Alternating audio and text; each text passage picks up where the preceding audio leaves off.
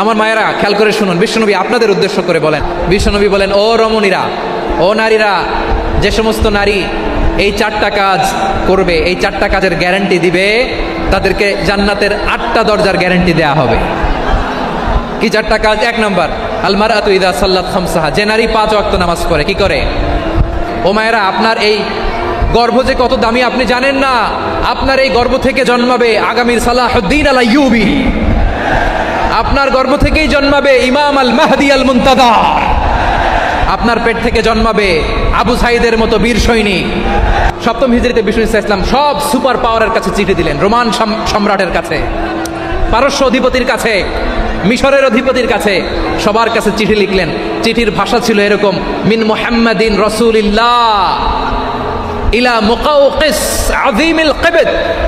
মুহাম্মদ রাসূলুল্লাহর পক্ষ থেকে মিশরের বাদশার কাছে, আসলিম তাসলাম, ইসলাম মানো শান্তিতে থাকবা। সালামুন আলা মান ইত্তাবা আল হুদা, শান্তি তার জন্য যে হেদায়েতের অনুসরণ করে। সুবহানাল্লাহ পড়েন। তো এই চিঠি অনেকে ভালোভাবে রিসিভ করেছে। অনেকে এই চিঠি পাওয়ার পরে নবীর কাছে আবার ইন রিটার্ন উপহার পাঠিয়েছে। কি পাঠিয়েছে? উপহার। মিশরের বাদশাহ মুকাওকিস, তিনি বিশ্বনবীকে বিশাল এক উপহারের ডালি পাঠিয়েছেন। মিশরের বাদশাহ মুকাওকিস ছিলেন ধর্মে খ্রিস্টান। লালমনিরহাটের ভাইয়েরা আওয়াজ করে বলেন, মিশরের বাদশাহ ধর্মে কি ছিল? খ্রিস্টান। কি উপহার দিয়েছিল আমার নবীকে? শুনতে মনে চায়? আওয়াজ নাই লালমনিরহাটের গলায়,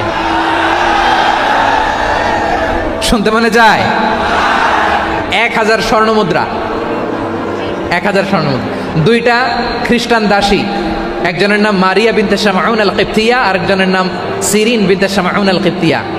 একজন খ্রিস্টান দাস 20 থান কাপড় জামা বানানোর জন্য, আমরা নবী যেন সেলাই করে জামা বানাতে পারে এজন্য 20 থান কাপড়, 20 থান ফাইন গার্মেন্ট। সুবহানাল্লাহ পড়বেন না?